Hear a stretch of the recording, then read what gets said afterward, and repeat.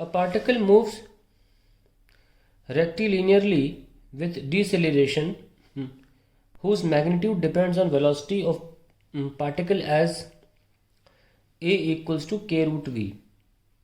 तो रिटार्डेशन जो है, डिसिलेशन बोल रहे हैं, वो equal to k root v बताया गया है। where k is a positive constant. At t equal to 0, the velocity of particle is v naught. Find the total distance traveled by the particle before it stops. आइए देखते हैं। तो particle जो है उसका रिटार्डेशन जो है वो k root v as a magnitude दिया हुआ है, लेकिन हमें लिखना चाहिए माइनस का के रूट वी, क्योंकि रिटार्डेशन है। हमको निकालना है distance.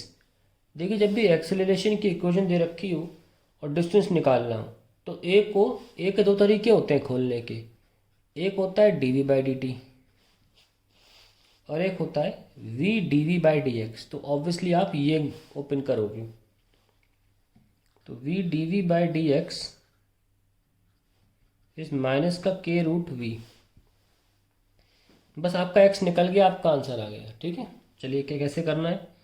v upon root v d v is minus का के डी एक्स, इसे बोलते हैं डिफरेंशियल इक्वेशन। यहाँ डिफरेंशियल क्वांटिटी, यहाँ डिफरेंशियल क्वांटिटी, सारे v वाले एक तरफ, कांस्टेंट के साथ कांस्टेंट या x वाले एक तरफ, क्योंकि उनको x निकालना है। तो इसको काट के ऊपर आ जाएगा v root v d v equals to minus का के डी एक्स। अब हमें इसको इंटीग्रेट करना है।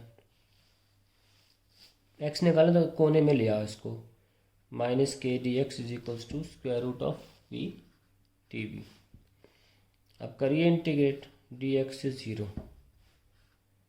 We 1/2 d v. अब स्टार्टिंग में जब डिस्प्लेसमेंट हुआ भी शुरू नहीं था तब वेलोसिटी स्टार्टिंग में वी नॉट थी ना, क्योंकि रिटार्डेशन हो रहा है, और फाइनली रुक जाएगी जब बॉडी बिफोर इट स्टॉप्स, तब डिस्टेंस ट्रेवल्ड एस निकालना है हमें। यही तो क्वेश्चन है। जब वेलोसिटी 0 था तब डिस्टेंस कितना ट्रेवल हो चुका होगा, माइनस के एक्स 0 से एस। यहाँ आएगा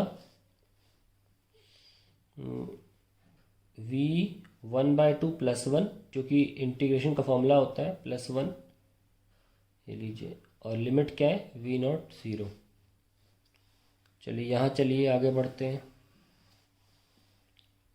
minus k s minus 0 equals to 1/2 plus 1 3/2, ऊपर 2/3, और v पावर 3/2, वी नॉट से 0।